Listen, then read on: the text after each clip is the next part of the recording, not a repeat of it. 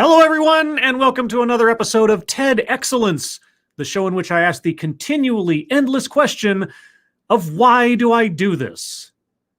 And I come to you live from my Corona bunker on the moon with Dogcat Fox, a Pepperjack, and all of you. Hello, everyone.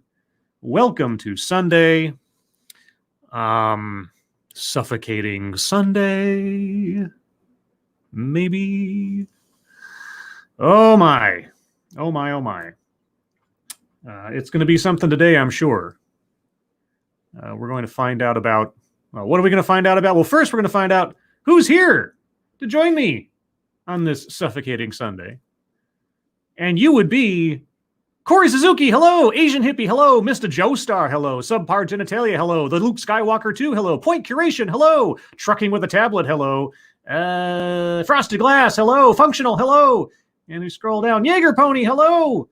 And thank you, Tall Person. Happy National Apple Turnover Day, everybody. I don't know if I've ever had an apple turnover. I've had several Apple items in my life. I don't know if I've had an apple turnover.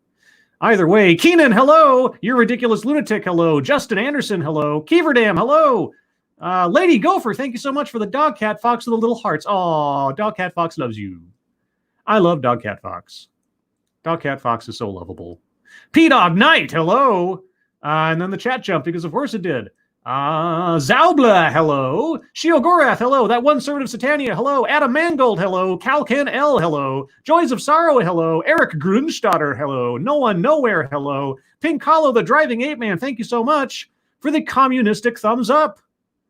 Parody Bear, hello. The Gayest Person on YouTube, hello. Hearst Gravegear, hello. Rolling Bear, hello. The Lucky Pop-Tart, hello. Thank you, Gayest Person on YouTube, for the Dogcat Fox. Number one. Swan732, hello. Faithless, hello. Richo8181, hello. Blind Press, hello. John Migda, hello. Old Guy Gamer, hello. Hello. What a wonderful word. Hello. Aloysius Funpucker, hello. Hate Camel, hello. All right, guys. So what do we have on the docket today? Well, spoiler alert, it's up in the corner of the screen there, but on the off chance you're listening to this rather than looking at it, the official title of today's talk is Modern Feminism, an Unconventional Route to Success. Modern Feminism, an Unconventional Route to Success. So I presume it has something to do with business or professional career or something like that. I don't know. And neither do you, unless you've watched this ahead of time, I suppose. In that case, you're cheating. And I don't abide cheaters. I can't do anything about it, so, whatever. Nobody important, hello, has Scribe finally snapped. Well, I hope I'm not on that show. Because isn't that a show about, women going crazy and killing people? Yeah. Someone in the chat earlier, and I apologize, I don't remember who it was. Somebody asked on the thumbnail why I spelled it WOMXN. Business Womixen. Well, I did that because, it's a play on words a little bit. Also because that is one of the quote-unquote official spellings of modern feminism for women in order to remove the inherent man from the word, to separate one from... That's how I understand it. I don't say that it makes any sense, but that's how it is. So I just did that because I thought it looked kind of cool. That's all. But, and someone else in the chat earlier said, I like listening to Scribe talk on these things, but actually listening to the speaker makes my brain melt or something to that effect. And I understand. I kind of look at this in a way as sort of a mystery science TEDx 3000. I have several goals with this series, I suppose. A, to keep abreast, I'm a third grader, of some of the thinking and ideas and concepts being thrown about there on the edges of our world, which may or may not either enhance or evolve towards things that become mainstream, but also entertain myself a little bit, some catharsis, a little bit of snark, to either end my workday or play out the rest of my day. And also to hang out with all y'all, because that really is at least half the fun. All right. Well, guys, be sure to have your bingo cards ready. I can already imagine that a couple of squares are practically already automatically circled in regards to the title of the presentation. Link to the bingo card is in the description if you don't have it already. Otherwise, if there's nothing else, and I'm having a hard time thinking of anything else. Sorry, Jim, hello. Deco, hello. I missed anybody. Raziel, hello.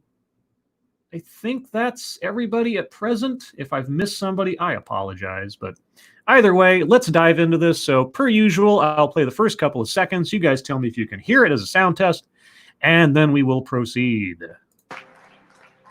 So I'd like to start with a game. A game? I love games. Oh boy. You hear that, guys? We're going to have a game. Can't wait. It's going to be a game. Sounds good, says Asian Hippie. Crimson Tiger, hello. Says good. Aloysius Fudpucker. Sounds good. Functional. Sound is good. The one service, another one? Oh, another one. What other game? Oh, I mean, aside from bingo? Oh, yeah, I guess it's kind of a dual game. All right, so we're going to play a game, guys. Are you ready? Oh, boy, I'm ready. I'm going to say some words, and I want you to think about your gut reaction to them and the things that they make you feel. Ooh. Okay, so word association. Pepper Jack. All right, I'll need your help with this one, guys. All right, say some words. Let's get my gut reaction. Okay, I'm not even going to think about it. I'm just going to say the first thing that comes to mind. As long as it's something that's not going to get me kicked off of YouTube. Depends on what she says. Education. Corruption. Yeah, it's true. Business. Labor. Yeah. Entrepreneur. Risk or risk taker. Feminism.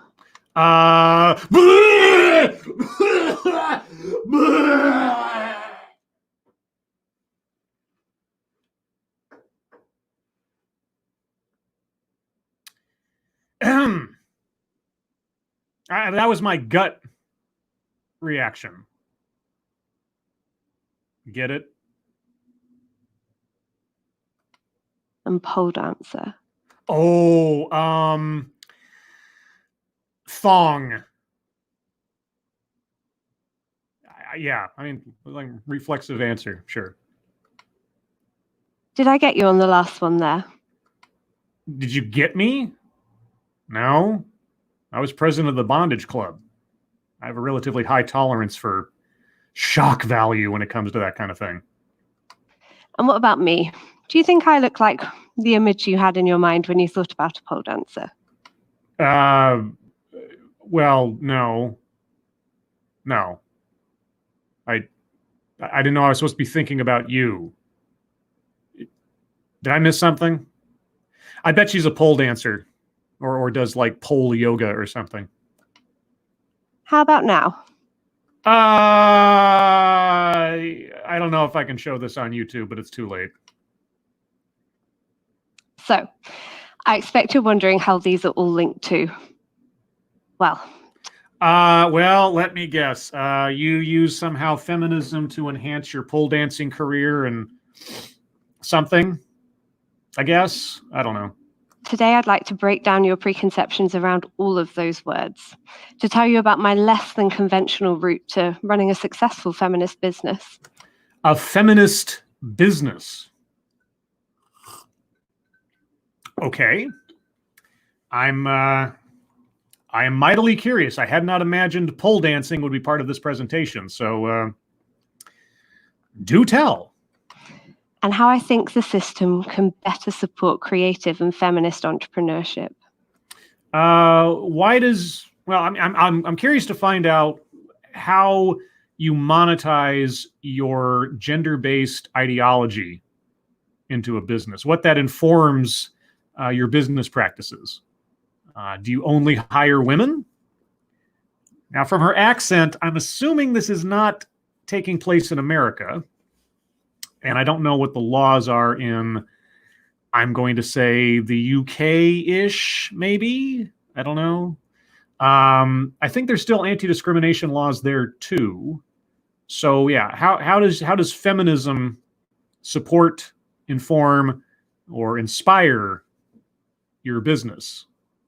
As a pole dancer, I guess. Thank you. This is Kyle. Hello, chat people and scribbles. Hello, Kyle. Mr. Scott says feminazi pole dancers. I don't know. Like I said, I did not know what business she was going to be talking about, but now I maybe do. By 19, I'd worked several jobs. I'd been a flower picker, a waitress, a Bollywood dancer, a podium dancer, and then a stripper. Okay, does that count? By 19, I guess that's a childhood or family anecdote, I suppose. Okay, so we're going to start on the card, guys. Circling childhood or family anecdote, effectively. Free space is being circled. Feminism is being circled.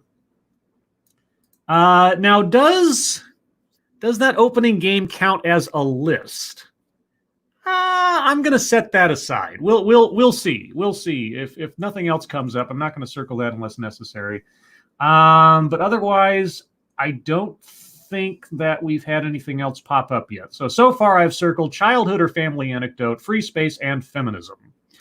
Let's see if we have any others as we go on. I was working my way through education at the same time, and I was doing well. But truth be told, I really didn't know who I was or what I wanted to be. Okay.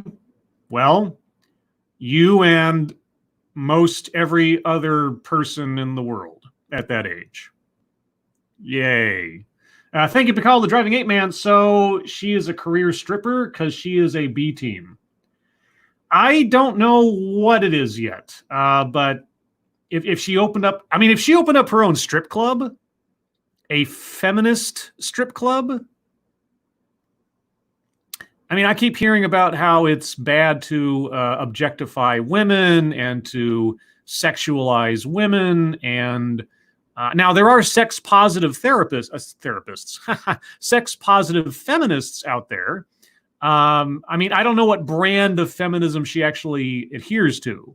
Because when she says, or when the title of the show is modern feminism, that could mean one or a combination of any endless number of things. So I hope she gets specific because I'm not quite sure yet. At 20, in my muggle job, a teacher I was working with told me that I was getting old and that I really needed to decide what I wanted to do at university before it was too late. Your muggle job.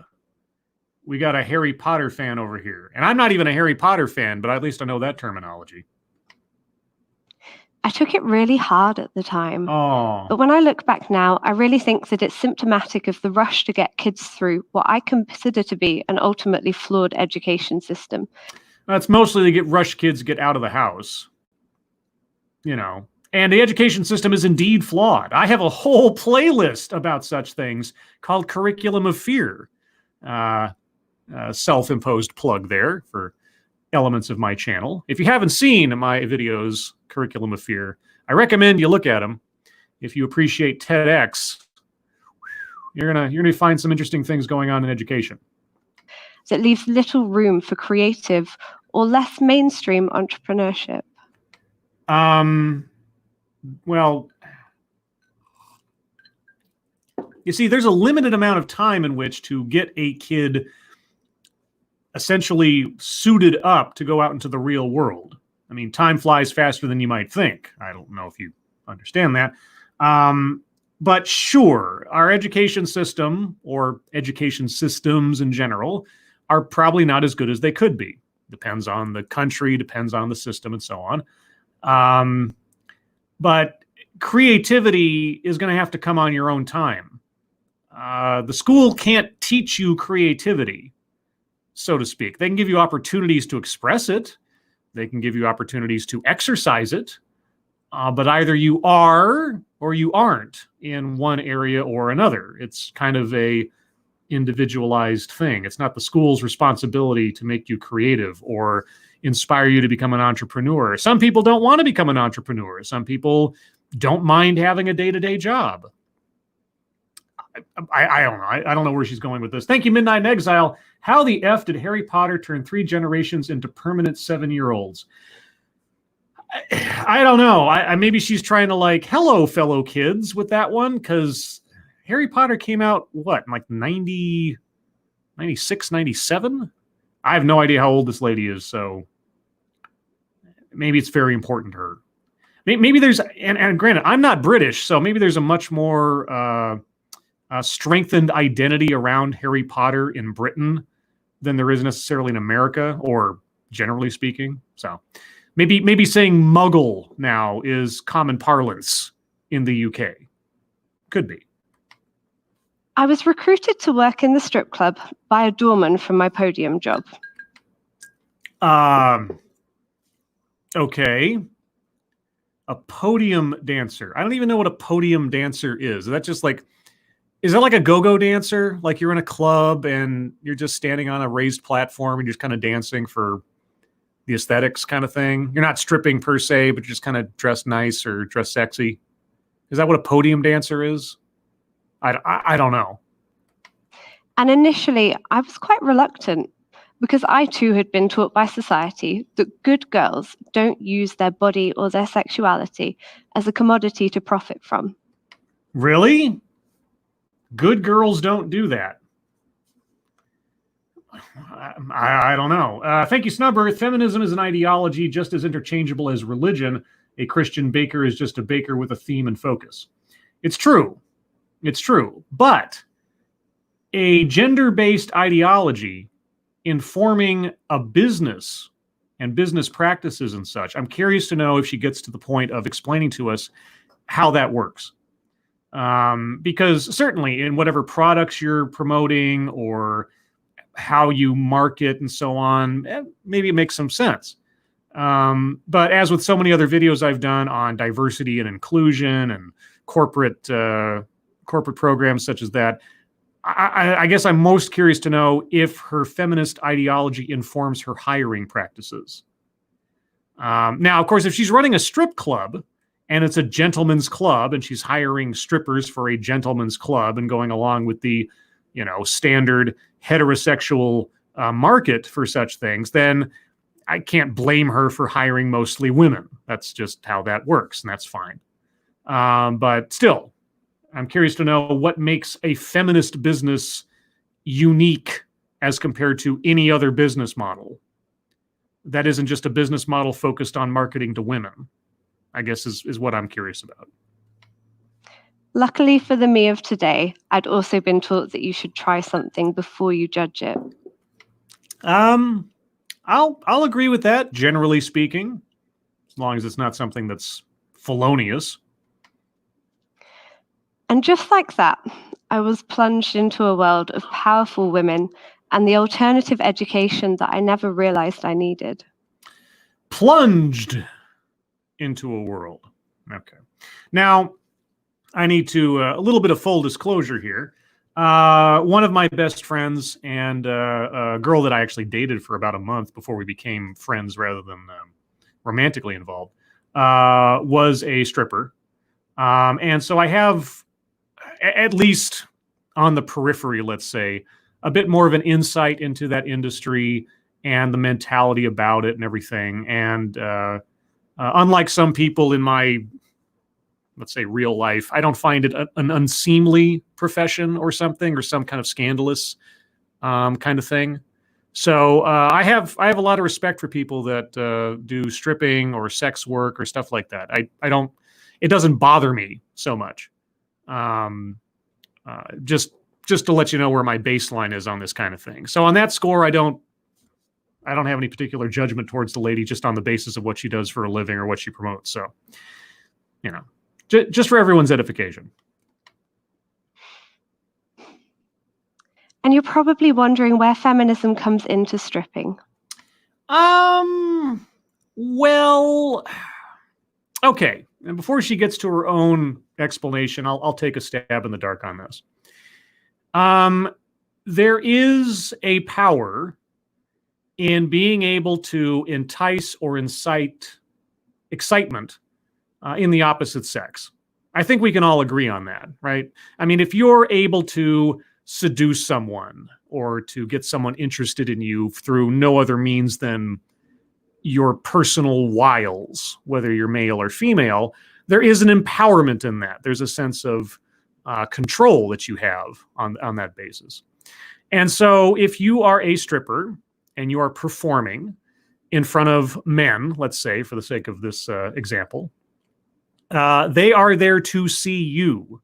They are, after a fashion, subservient to your presence, your on-stage charisma, and so on.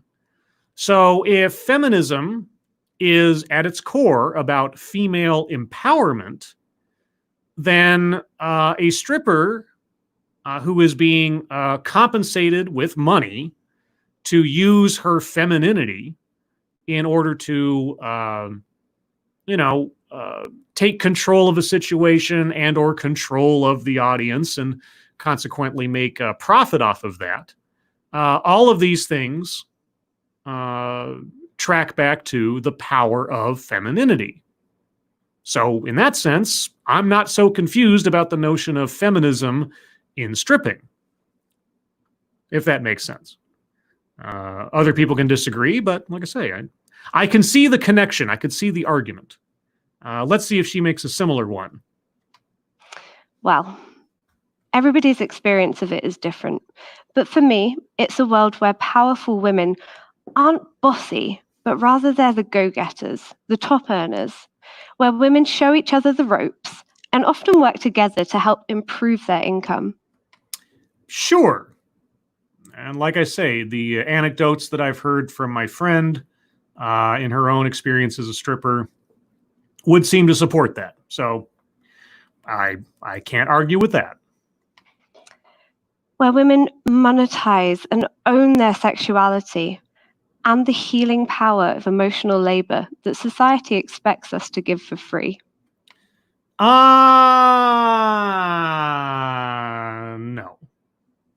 No. And now I'm going to circle plays victim.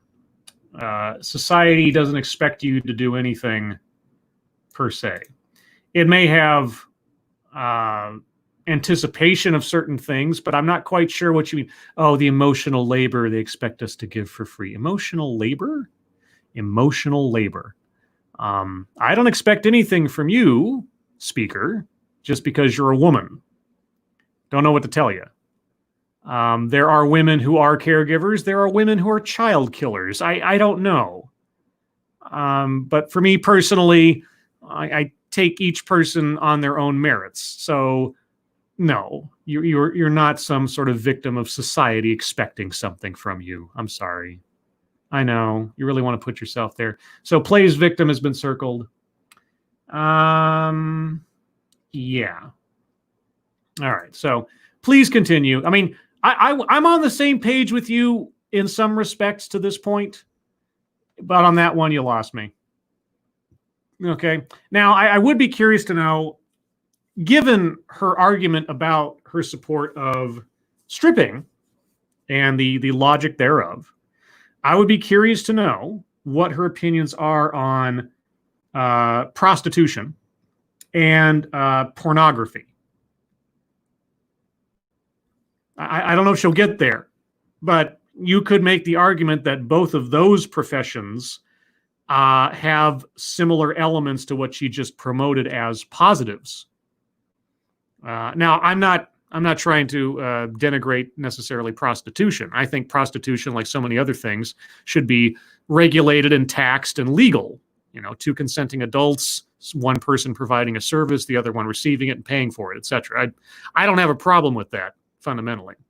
Pornography, I really don't have a problem with that. You know, again, consenting adults, people being compensated for their time and their effort and so on. So, but in a feminist model, in so many feminist arguments I have seen, the objectification of women, especially the sexual objectification of women, is a dire evil, playing to the male gaze is a dire evil in many, many different facets of feminism. So the fact that she is fine, at least on the stripping side of things with it, is interesting to me. So I have to assume she has, or she practices, let's say, a sex-positive form of feminism. She hasn't explicitly stated the brand of feminism that she is promoting, but her feminism is not the same as many other feminisms. I just want to point that out. So simply saying modern feminism does not give you any idea about what they actually believe or practice. I don't want to sugarcoat it either, because it's not perfect. Well, very few things in life are. So, I'm on the same page with you there. With the way that clubs monopolize power and charge dancers just to be there, whether they provide customers or not. Yeah, I mean, it is a kind of a buy-in sort of industry, sort of like a hair salon. Now, different hair salons work differently, but the lady who cut my hair for years, I talked to her over time, and I didn't understand how a hair salon worked, but effectively and now granted, it depends on the business, but generally speaking, the artist, I'll say, the hairdresser, they effectively have to rent their chair, rent their space in order to work in the business. And then they pay back effectively their rent on the chair, on their space, through the tips that they make and the income they bring in. And then they pay that off. And so they're essentially paying for the right to be there and to work there. That's how a lot of places make their money. Same thing with strip clubs. You're paying for your opportunity to go up there and take up the space and the time, because either you earn or you don't. And if you don't and you can't make your payment, then you're not a successful earner for the business and you're kind of out of luck. Just one of those things. It's a rough business.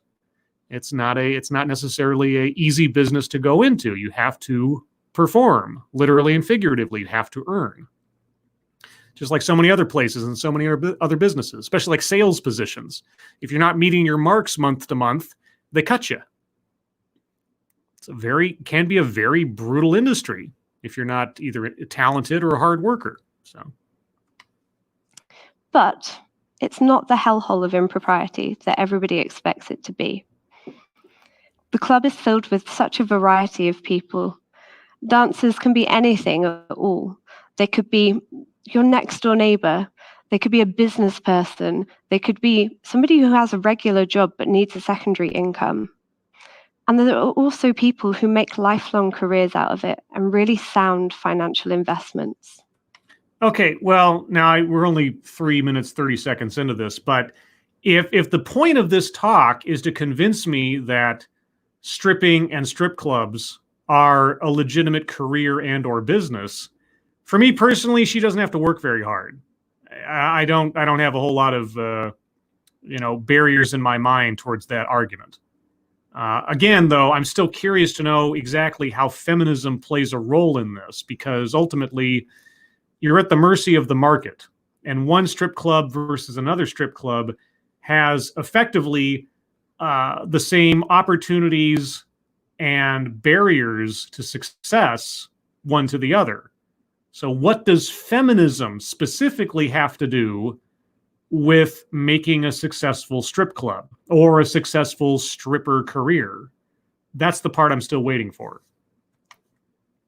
Now, like any job, there are people who love it, people who tolerate it, and people who are only there for the money. Yes, this is true. Okay. And I think a lot of people misunderstand what dancing is. People think that it's selling yourself. It is. I mean, if you're not... Here's the thing. And this is how my friend described it at one point when she was doing her exercises and that kind of stuff. Her body is her product. I mean, to put it plainly, Her body is her product. Her ability to look good and to maintain an expectation of beauty and sexuality, etc., for what she was doing, she needed to maintain her moneymaker. Literally. So you are selling yourself. Not only are you selling yourself in a physical sense, which of course is part and parcel with it, but also in an attitude sense. Simply getting up on the stage and dancing doesn't necessarily mean anything if you're not into it, if you're not connecting with the audience, if you're not projecting some kind of personality, some kind of charisma. Some do it through a lot of smiles and friendliness. Some do it through mystery and intimidation. It all depends on the circumstances. And when you're a stripper, you are selling yourself. Every time you get up on the stage, every time you dance, every time you interact with an audience member, either literally or figuratively, you are selling yourself. You're trying to gain attention. You're trying to gain a fandom, let's say, regulars, people who are going to pay to see you, and so on. It's like any other performer. You are selling yourself. So I don't know where she's going with this. And like any good salesperson, it's selling an experience, a persona. Yeah, it's exactly the persona, your physical presence, the mood you can create with your face and your words and your actions, or your costuming. Yeah, it's hard work. It is not an easy job by no means. And while some people want the instant gratification of seeing a naked body and to objectify somebody, which anybody can do these days far easier than they could in decades past, thanks to the internet, but okay. The majority want to feel seen, heard, and understood. Yeah, well, that is the advantage to going to a live show. Conceivably, you're going to have a more visceral experience / connection, conceivably, with the person performing, rather than just watching a video. That's the draw to a certain extent. Yes. Okay. Overall, so far, I'm not on some other page with this lady. I get a lot of what she's saying, And they return that in validation and respect. And cash. Let's not forget the profit motive here. I mean, it is a career, it is a business, right? I've worked with people who told me that I was too fat, too short, too imperfect. Well, as we know from the internet, there is a market for every type of person out there. Whatever stereotypes might have been the restrictions of kinky / sexuality's past, has shown that a lot of different people like a lot of different things. So there is a market for the not classically expected stripper. It's true. I don't begrudge her that in any way, shape, or form. But I've also worked with people who went away and developed successful businesses and came back to celebrate with me. I have no idea what that means. I've supported people who've returned from war zones who just needed somebody to cry with who wouldn't judge them. What? War zones? How did we get from strip clubs to war zones? I'm confused. And mine isn't the only story like this. Uh-huh. Ultimately, sex work is about a hell of a lot more than just sex. Sure. You're right. War zones? Pole dancing itself has developed over the last century from hoochie-coochie dancers who traveled with the circus and sometimes danced around the circus tent pole. In the 60s, it moved into the strip club. Yes. Where glamazons graced the stage. Yes. And they paved the way for the art that we have today. Okay. Sex work itself is an ancient art. Yes, it is the world's oldest profession, so to speak. You're correct. Okay, I'm going to check the bingo card just as a pause and a refresher here real quick. So what haven't I circled? Takes credit for something done by others. Not yet, if at all. White supremacy privilege? No. Microaggression? No. Wage gap? No. Patriarchy? No, which is surprising given the feminist tilt so far, but we have several minutes left. Attempt to coin new buzzword, buzz phrase.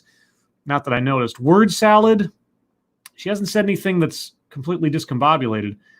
Systemic institutional? No. Toxic? No. Anecdote that probably never happened?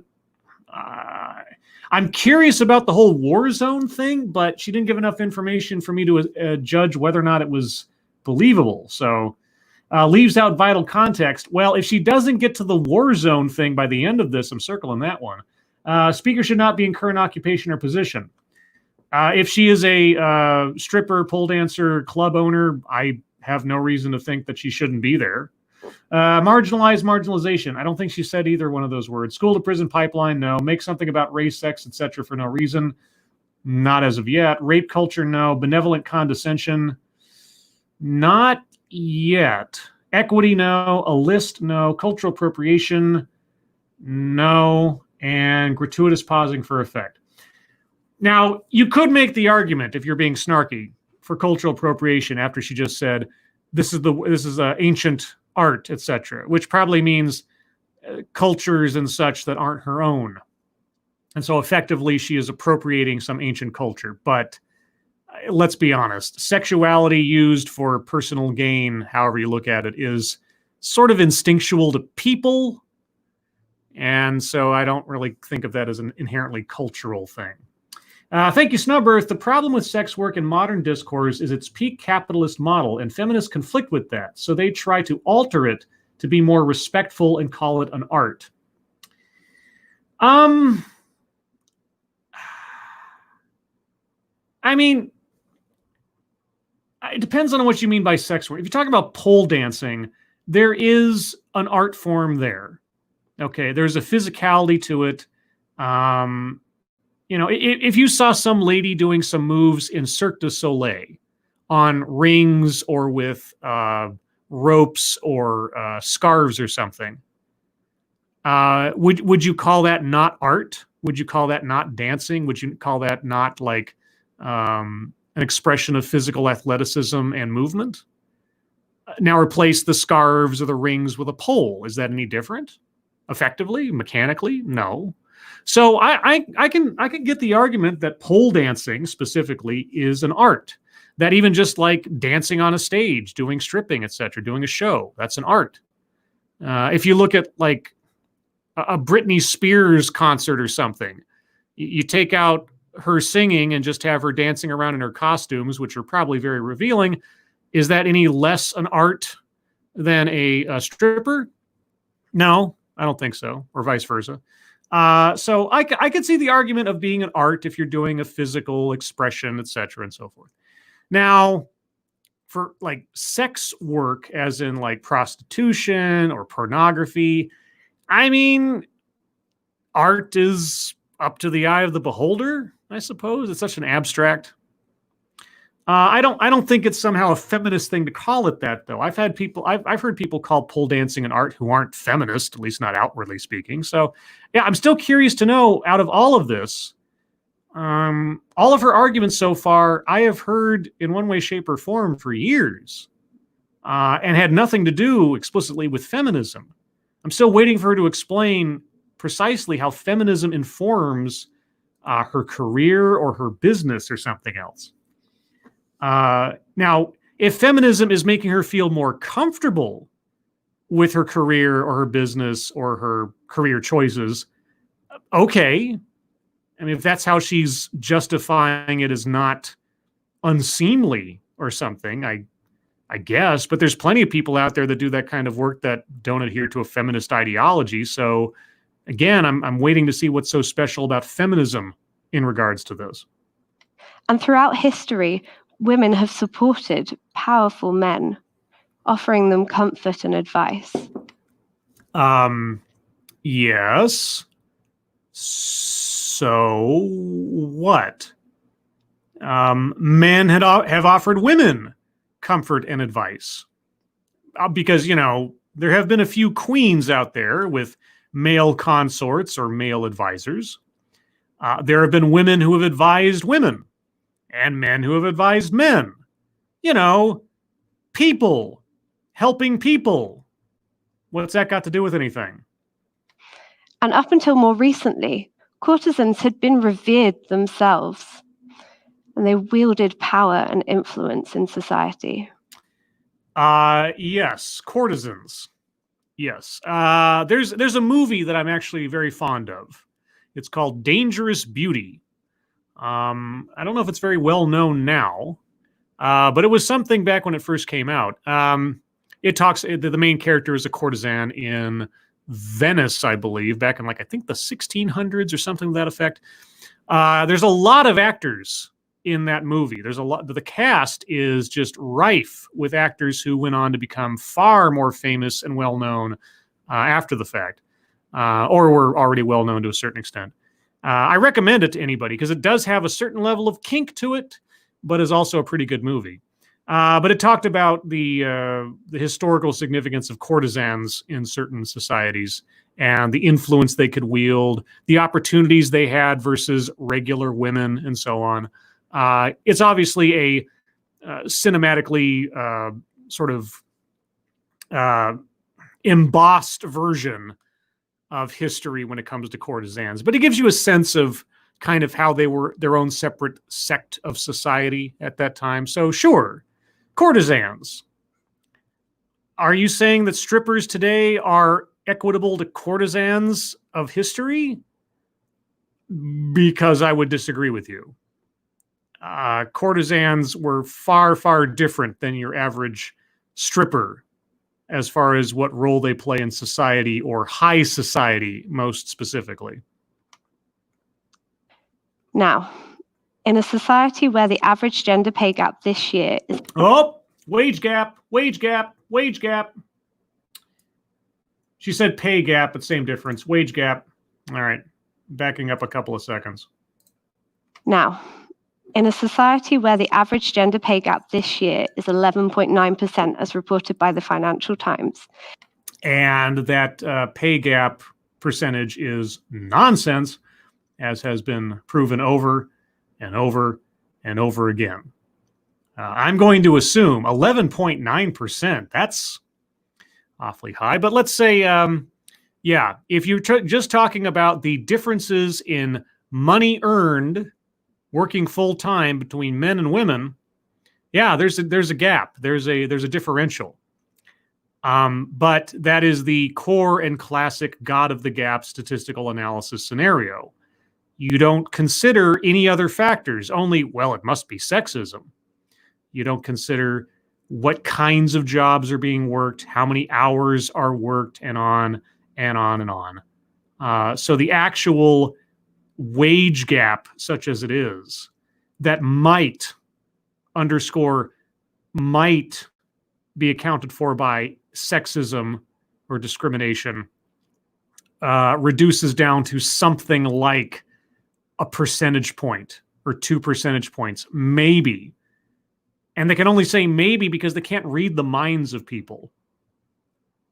But anyway, okay, so 11 whatever percent is the pay gap.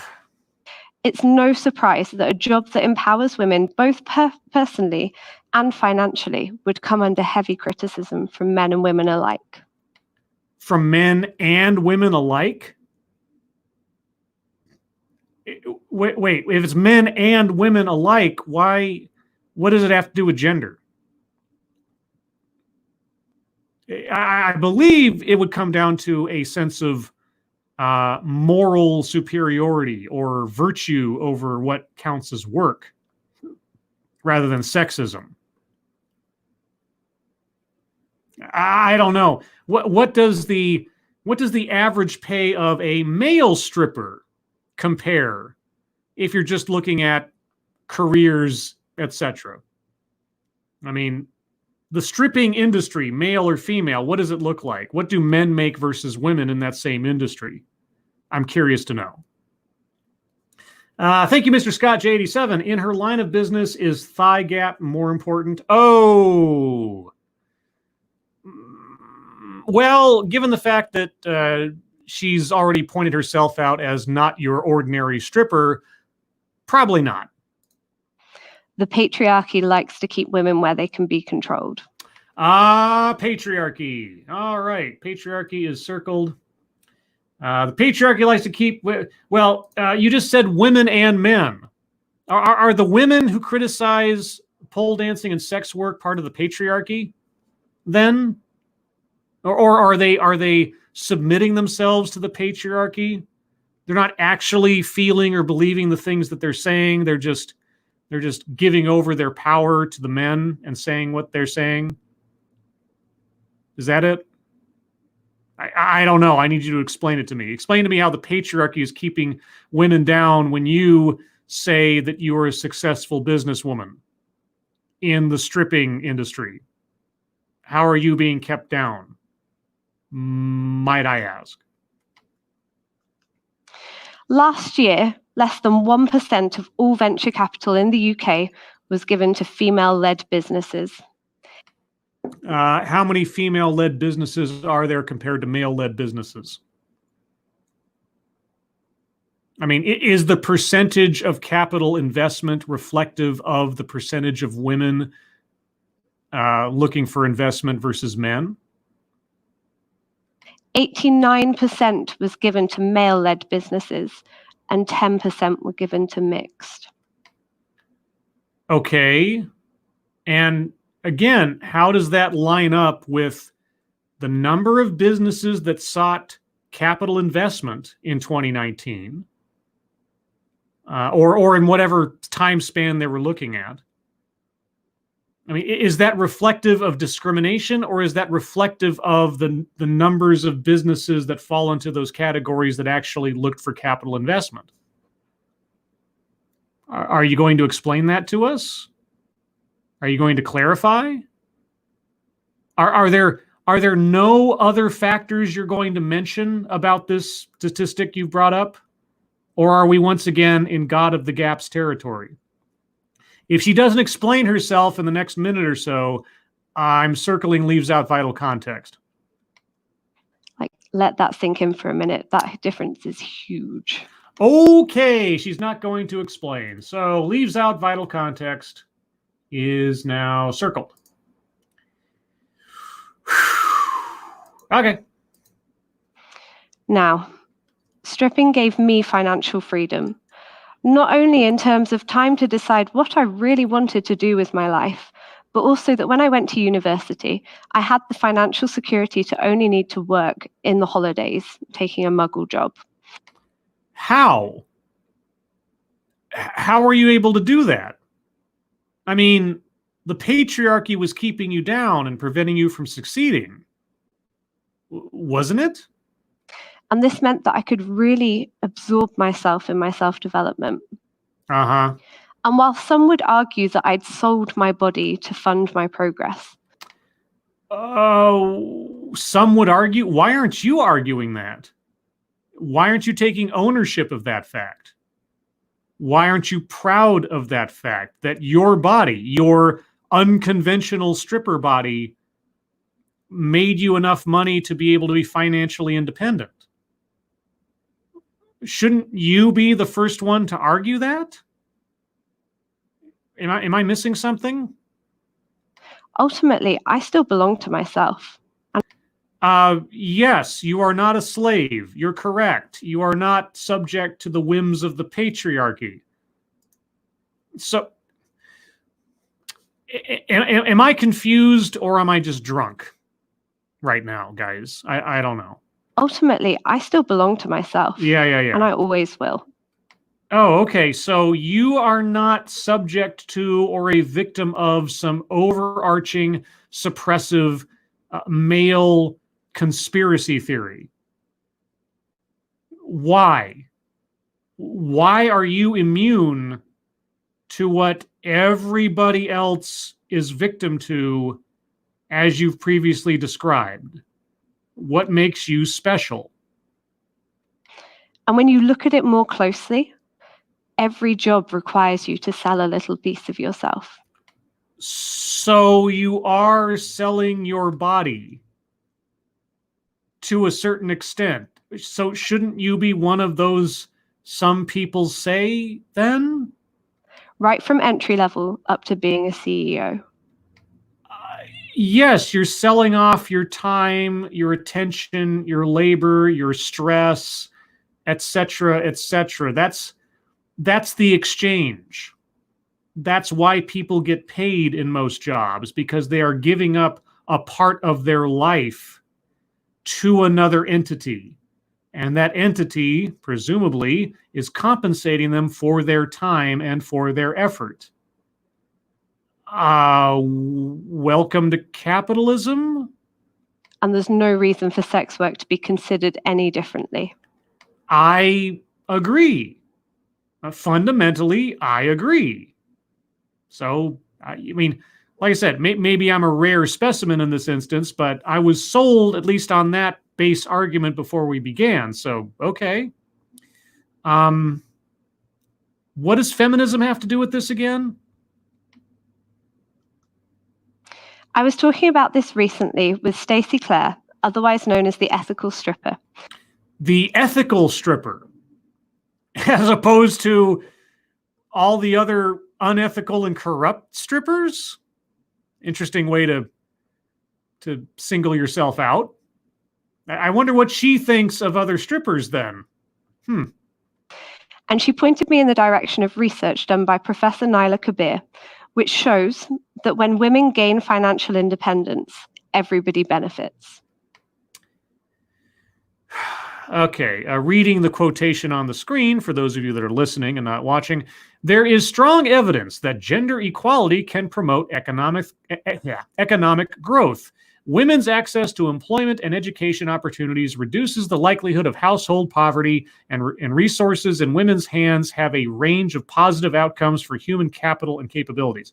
Wow, you mean if over 50% of the planetary population are also working and earning and contributing to the economy grows? Wow. Imagine that, guys. Imagine that. Now, is the disparity between men and women contributing to the economy through full-time work or elsewise based inherently on sexism? Or is there some factor of personal choice, like having children, raising families, not wanting a full-time job that takes up all of your free time, etc., etc.? Just wondering. Literally, when women are given financial independence. Given financial independence? No. No. If you are given financial independence, you did not earn financial independence. Women are not given financial independence. If you are advocating for women to be given financial independence, then they're not working, are they? They're not advancing of their own accord, are they? They are not succeeding on their own merits, are they? Are you talking about capitalism, or aren't you? The economy grows. And that relationship doesn't work in reverse. And this is why it's so important, I feel, for us to redress the balance, not just in education, but in terms of funding, so that female and creative entrepreneurship is better supported. Female and creative entrepreneurship is better supported. Now, I don't know if our speaker has been asleep for the last, 30 years, but the drive to try to encourage and recruit and promote and advance women in society has never been stronger than in about the last 30 years or so. And I have done, I can't count how many videos or examined how many talks where they've shown and complained about the fact, why aren't women succeeding? When 30 years of focus and support and growth seems to keep coming up with percentages that don't make people happy when they're looking for equality. Because they only see equality in the realm of, Are there an equal number of female CEOs in the Fortune 500? They want to find equity in outcome, but they seemingly don't consider that maybe people are just choosing to do what they want to do, and the end result on an economic scale, insofar as the genders are concerned, don't even out. And not because of sexism, not because of discrimination, but because of choice. And they never seem to consider the possibility that the lack of quote-unquote equality in the percentages isn't reflective of something bad, but is reflective of something that is chosen. I don't know. I've seen this so many times now. So many times. And I doubt anybody can argue the emphasis and the drive to try to get more girls into STEM, more girls into science, more girls into leadership roles, and so on. And I don't have any problem with that.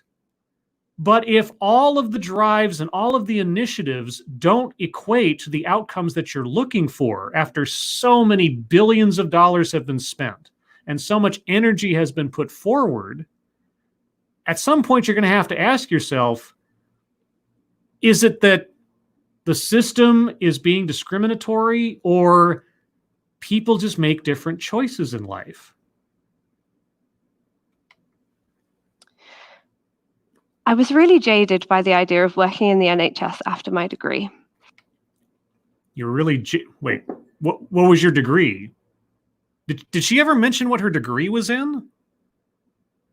Did I miss her talking about her schooling? Okay. And so I accidentally started a business. You accidentally started a business? How do you accidentally start a business? Please explain. I'd never expected to. And I combined the skills that I'd learned in the club with the skills that I'd learned in my occupational therapy degree in terms of holistic care. Okay. And where's the accident? When does the accident come in? And it was accidental because I'd been told that I'd never succeed by a man, unsurprisingly. Oh.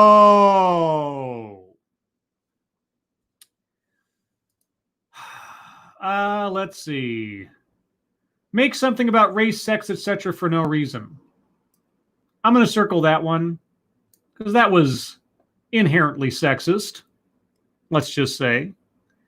I'm sure no woman ever would have told her that she couldn't succeed as a stripper. I'm sure that never happened, even though she told us earlier that both men and women had the same notion about her career choice.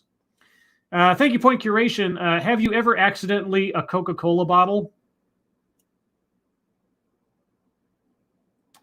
I don't know if a word was censored out of that super chat, but I'm going to pretend that there was, whether or not there was. It's sort of like I accidentally fell on that guy and got pregnant kind of thing. Yeah. And thank you, Zach Osborne. Washington Post, quote, while offensive TV shows are pulled, problematic books are still inspiring debate and conversation, unquote. Are they calling for book burning? I mean, they used positive words like inspiring, and conversation is a relatively neutral term, and debate is a productive term most times. So, but they say problematic books. Either book burning or the, moratorium on publishing certain books. Maybe. That's kind of a mixed message there. But given that it's the Washington Post, I could see them hedging on suggesting something that is outwardly and understandably terrible versus just sort of implying without dedicating themselves to it. I could see that. Anyway, back to our speaker. And that I should give up the idea of living full-time in my passion. Yeah, and only men would say such a thing to you. Got it. Stripping gave me the foundation for a business bigger than I could ever have imagined. Not only did I learn the foundational pole skills that I need to teach, but these smart, intelligent, and beautiful women taught me how to run a successful business.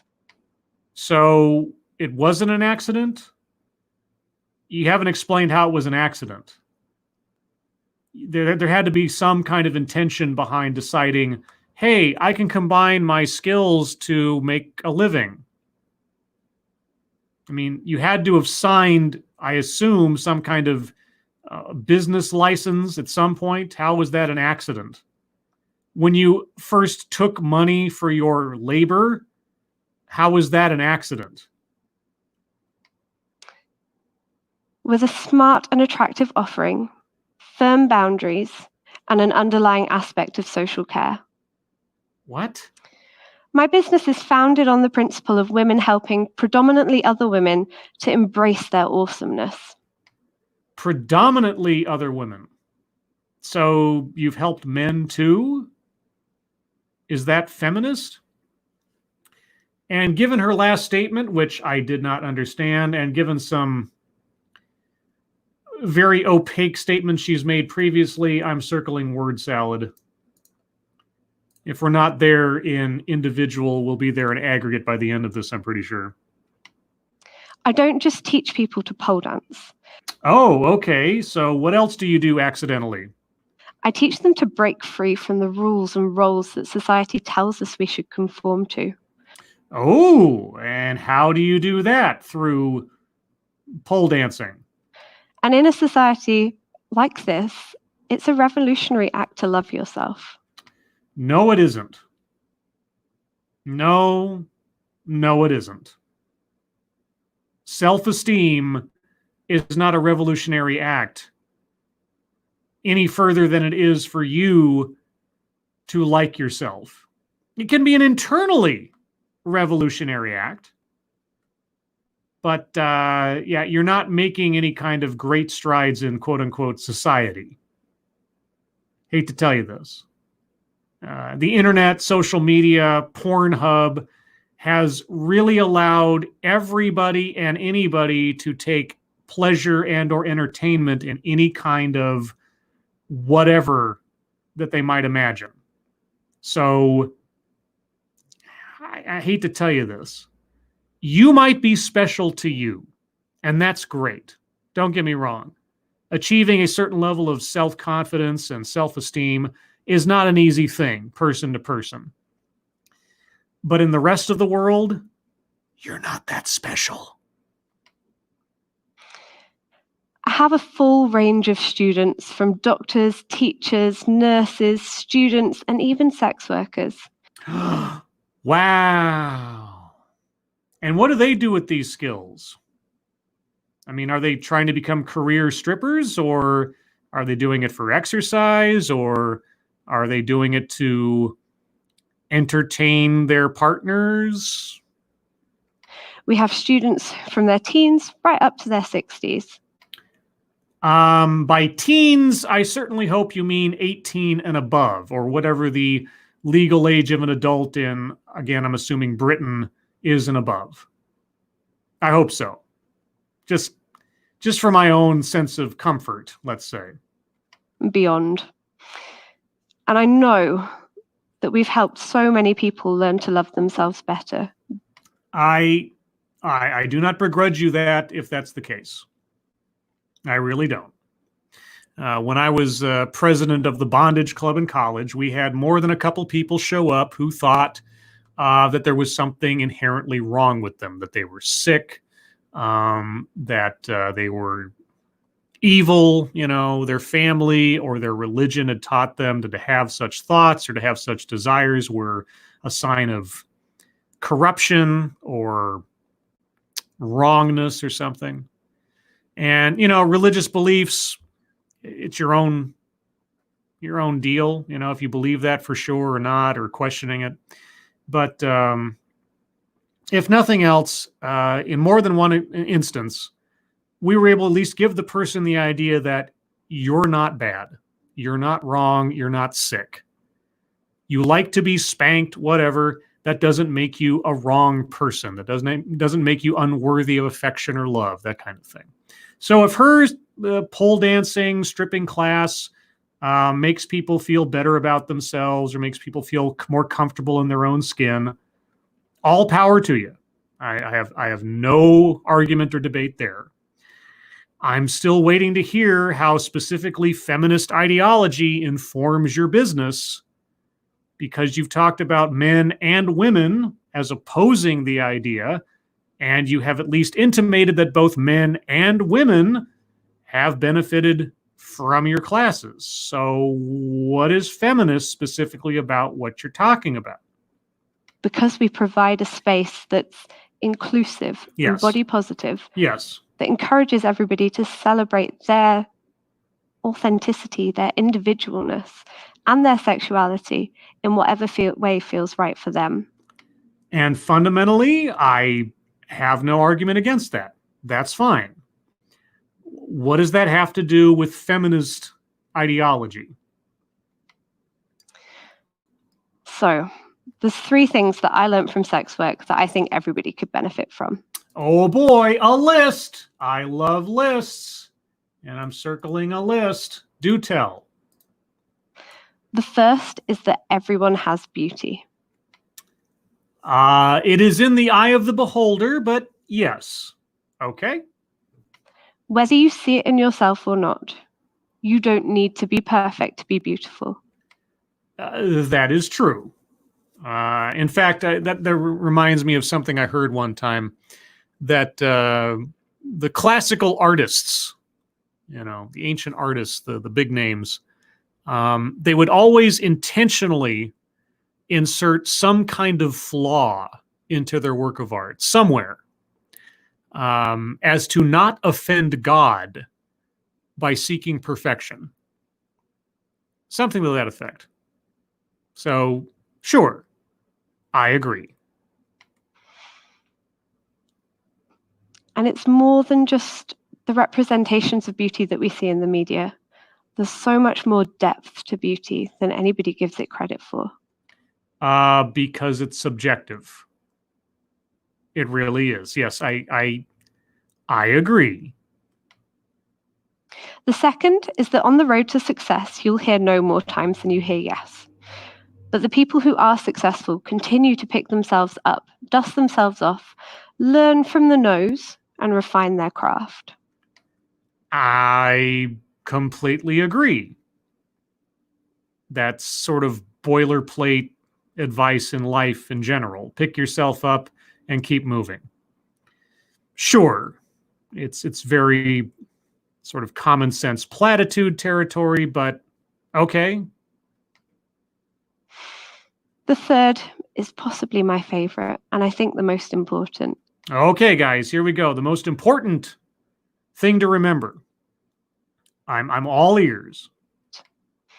When you stand in your authenticity, regardless of what anyone else thinks of you, that's the key to true power.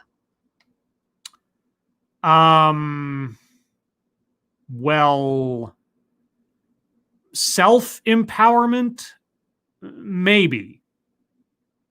If you're talking about power over others or your situation, again, that's going to be context sensitive. I mean, you could fall into quote unquote your own authenticity and just end up an arrogant jerk. But yeah, on that one, I'm going to say not so clear cut as the previous 2 points. So, how can we make the world a better place for sex workers today? Where's the feminism? At no point so far that I'm aware of, you have gotten down to brass tacks and told us how feminist ideology specifically informs your business. Everything I've heard so far could have come out of your basic sort of like business encouragement pamphlet or self-esteem building therapy session. What about any of this is specifically informed by feminist ideology, other than the fact that stripping overall is a profession performed by females. Is that all it takes? What I'd really love to come out of this talk today is for you to go home and think about what your feelings are around sex workers and where those opinions come from. Well, as I said earlier, my opinions around sex workers are informed most primarily by my experiences with my friend, who was a stripper, was a dancer, and the kind of person that she was, and her insights into the industry, into what she had to do to be successful at it, and so on. So that's where it comes from. And I would assume that compared to a grand majority of the population, I probably have a more favorable perspective on sex work and sex workers than a lot of other people. I mean, it comes down to details and specificities in certain instances, but generally speaking, that's where I'm coming from. So again, to a certain extent, our speaker was kind of preaching to the choir as far as I'm concerned. Thank you, Snubberth Scribe. I think she's going by the old allegory, feminism is equality. She's not focusing on women because she's selling the old yarn that it's everybody. I guess, but then how is that any different from regular egalitarianism? And I know that there's a very fuzzy area where feminism is promoted as some kind of novel notion, and that it's meant to prement. Wow, that was the Pepper Jack talking. It's meant to promote equality, even though it is a gender-based ideology. That's been something that's been going on for years and years and years. Feminism is about equality. Then why is it called feminism? All right? Why can't you just promote egalitarianism, which doesn't have any kind of gender connotation to it at all, but just talks about the equality of people, full stop. So in that sense, I guess maybe you're right. But she said the title of this is Modern Feminism. So we're not talking first wave feminism. We're not talking second wave. We're talking about third wave / radical feminism. If the words that she used to title this presentation actually mean anything. So throughout this entire deal, I've been waiting for her to specify what aspects of modern feminism have been used to inform her business model or inform her personal practices in business, or how that guided her towards success. Because so far, all I've heard is just she had a passion, she had a talent, she had a drive, she put it forward, and she made a successful business out of it.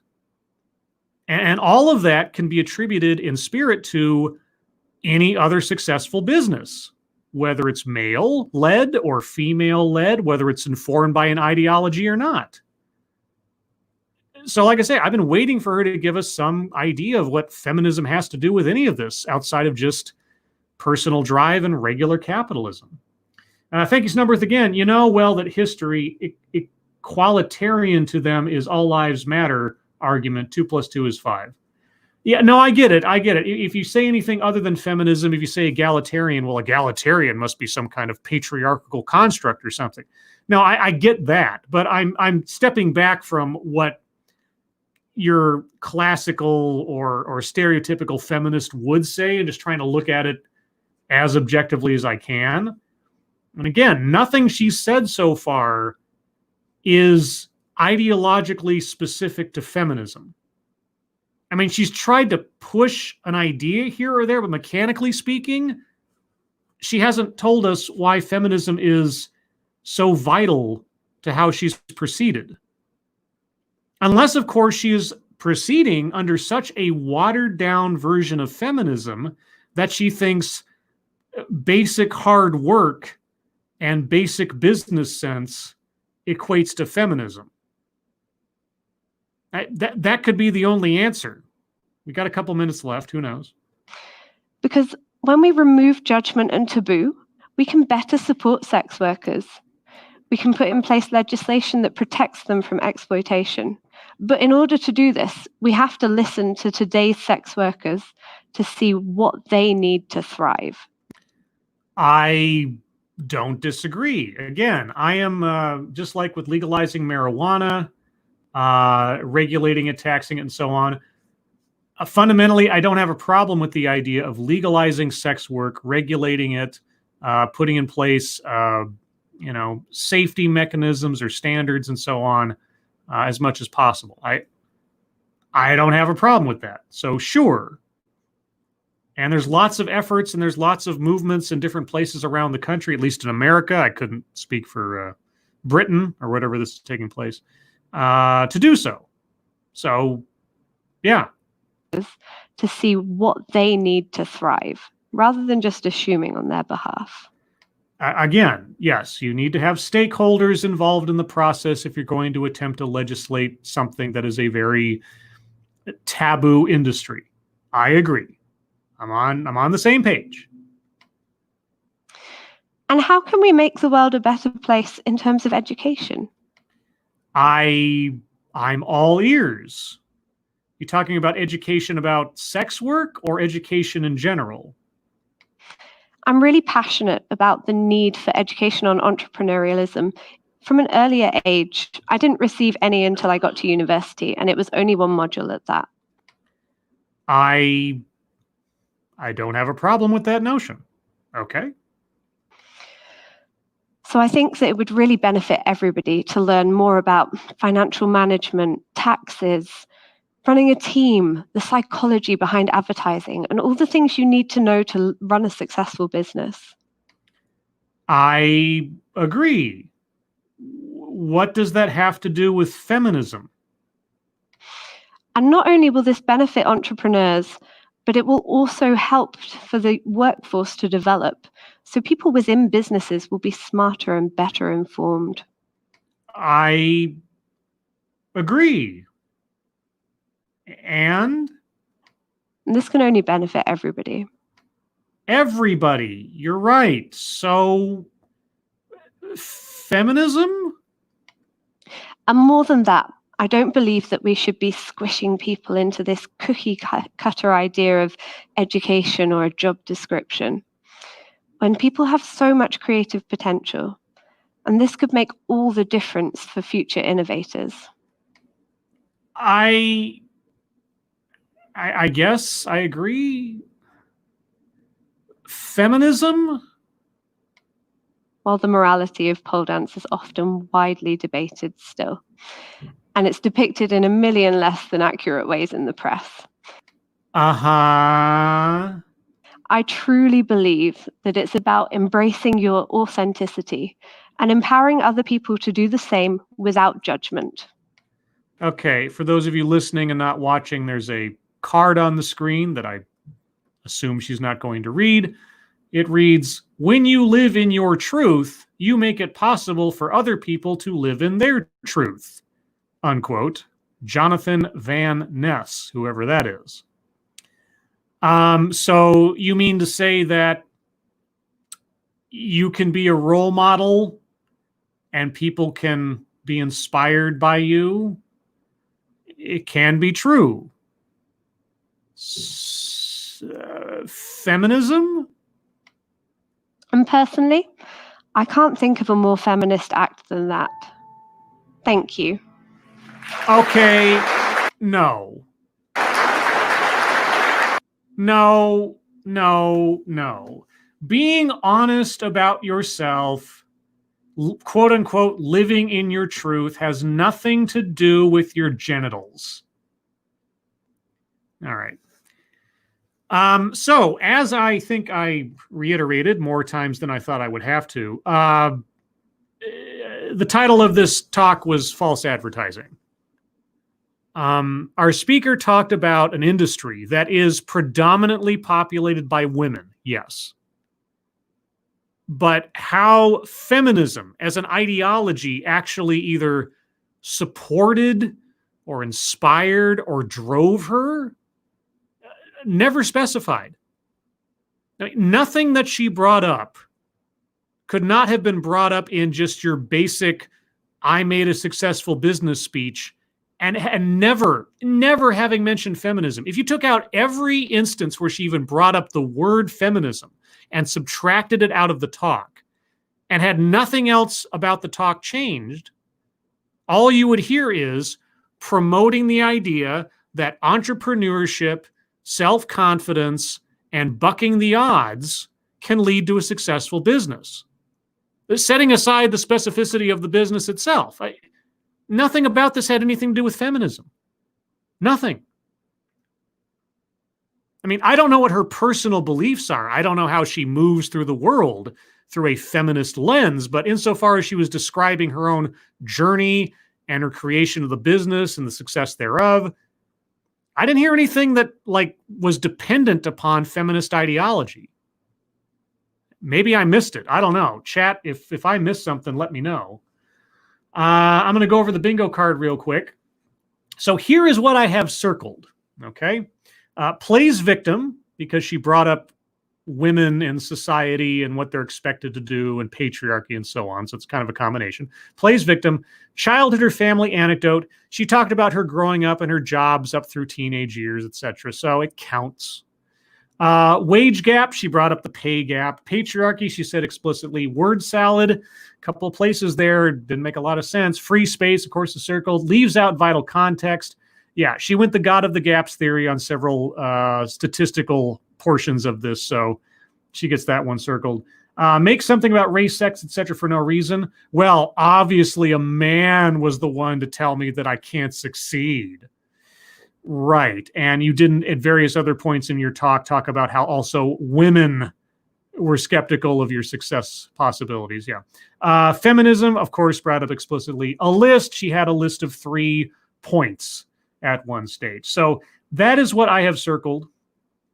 I will take arguments for others or arguments against the choices that I made now. And then I'll give the next to the top of the hour, and then we'll wrap this up. So Chad, if you have anything to say it now.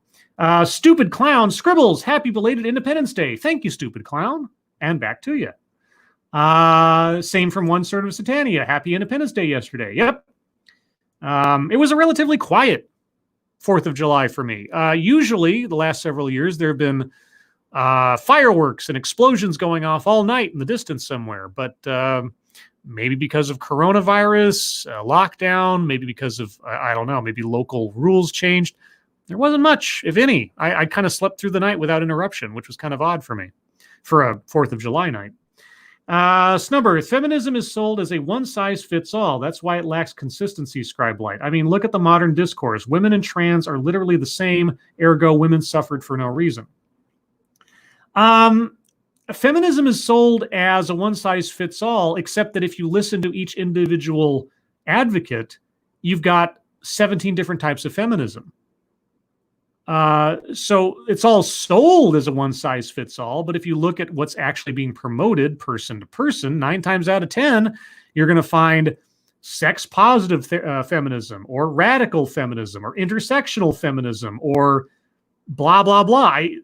There's charts out there that have tracked the different flavors of feminism that have come out, and a lot of them inherently contradict one another. So when someone says, I'm a feminist, I still don't know what that means all by itself.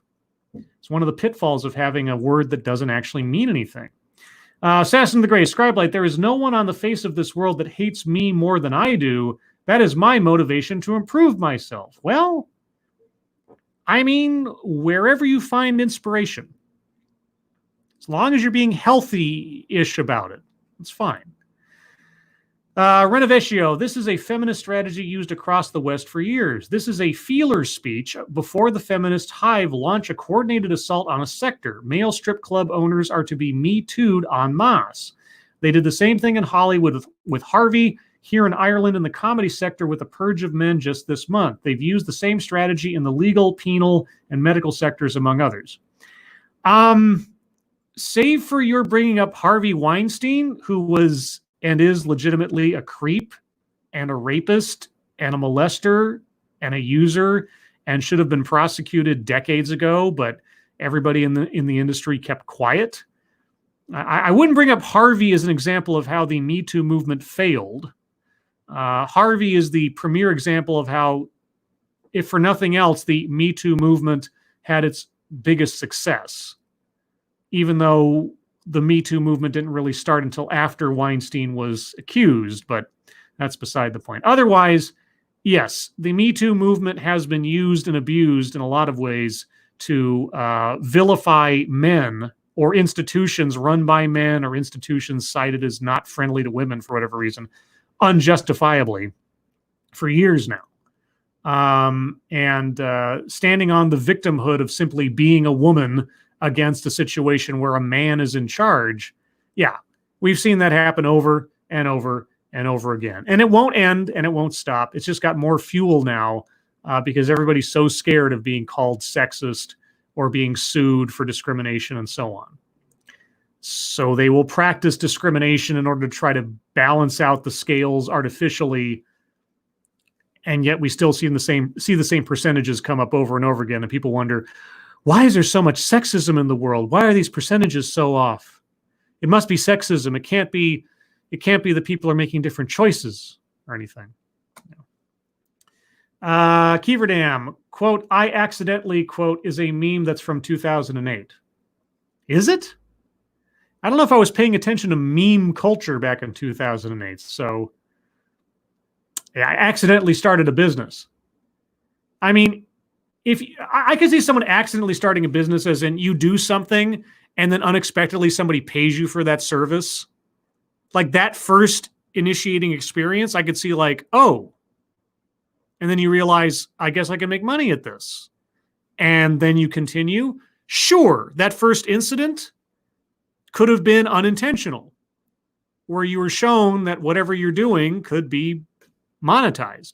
Okay, but she never described that. Like, did she not think that dancing on a podium was going to make her money? Why was she doing it in the first place? Did she not have any idea that strip clubs make money or that pole dancers earn a living prior to that? That didn't make any sense. Let's see. Dissident media. Progress in our world will be the progress towards more pain. The old civilizations claimed that they were founded on love and justice. Ours is founded upon hatred. In our world, there will be no emotions except fear, rage, triumph, and self-abasement. Everything else we shall destroy, everything. Already we are breaking down the habits of thought which have survived from before the revolution. We have cut the links between child and parent, and between man, and between man and woman. No one dares trust a wife or a child or a friend any longer, but in the future there will be no wives and no friends. Children will be taken from their mothers at birth as one takes eggs from a hen.